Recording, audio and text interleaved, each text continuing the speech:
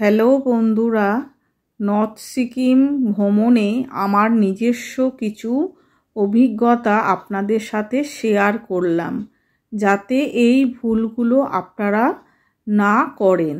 1 নম্বর point, north Sikkim যাওয়ার 15 দিন আগে থেকে প্রচুর পরিমাণে জল খাবেন, যাতে শরীরে জলের পরিমাণ না কমে। 2 নম্বর পয়েন্ট, আপনারা কিন্তু ফুসফুস বা হৃৎপিণ্ডও যাতে ঠিকঠাক থাকে তার জন্য যোগা অবশ্যই করবেন সকাল বা বিকালে।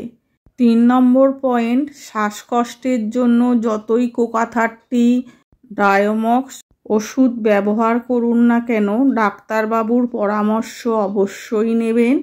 আর সঙ্গে রাখবেন, দেখুন এই রকম অক্সিজেন ক্যান, এটা আমরা অনলাইন থেকে কিনেছি, আপনারা চাইলে অনলাইন বা ওষুধের দোকান থেকে নিয়ে নিতে পারেন। কালাপাত্থার বা গুরুদংমার লেকে যখন যাবেন, গাড়ি থেকে নামার সময় কাছেই রাখবেন অক্সিজেন ক্যানটা। আর এই ক্যান প্রত্যেকটা ফ্যামিলিতে একটা করে রাখবেন। আর যখন গুরুদংমার লেক বা কালাপাত্থারে যাবেন তখন কিন্তু একদম হালকা খাবার খেয়ে যাবেন, ভারী খাবার একদম খাবেন না। ভারী খাবার খেলে বমি হওয়ার ভয় থাকে। সঙ্গে রাখবেন জল, আর অবশ্যই একটা ফ্ল্যাক্সে ঠান্ডা গরম জল মিশিয়ে রাখবেন, আর ড্রাই ফ্রুটস কাছে রাখবেন। কর্পূর সঙ্গে রাখতে পারেন, তবে ট্যাবলেট কর্পূর নয়, ডেলা যে কর্পূরটা হয় সেই কর্পূর সঙ্গে রাখবেন। কারো শ্বাসকষ্ট হলে কিছুটা স্বস্তি পাবে। আর এই জায়গায় গেলে একদম জোরে কথা বলবেন না, আর লাপালাপি ঝাপাঝাপি একদম করবেন না। আর এটা হচ্ছে গুরুদংমার লেক। এই লেকে আসার পর আমাদের হাত ঝিনঝিন করছিল, আর নেশা করার মতো মাথা ঘুরছিল, যেন মনে হচ্ছিল এক্ষুনি মাথা ঘুরে মাটিতে পড়ে যাব। আর শরীরের মধ্যে একটা অদ্ভুত এমন কষ্ট হচ্ছিল যে কাউকে বোঝাতে পারবো না।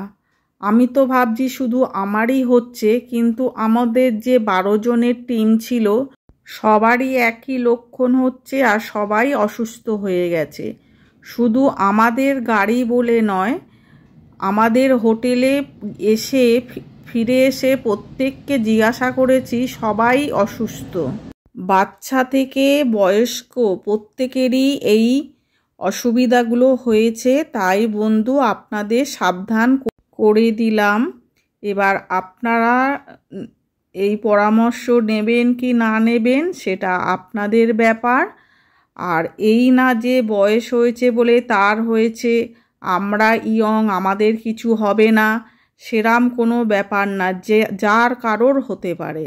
গাড়ি থেকে যখন নামবেন অবশ্যই কাছে রাখবেন অক্সিজেন ক্যানটা, কারণ যখন তখন আপনাদের দরকার হতে পারে।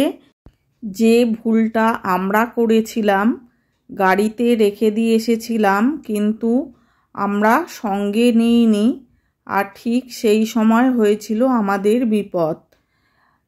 18-20 বছরের আমাদের বাচ্চাটা হঠাৎ মাটিতে অজ্ঞান হয়ে পড়ে যায়। তারপরে দৌড়াদৌড়ি করে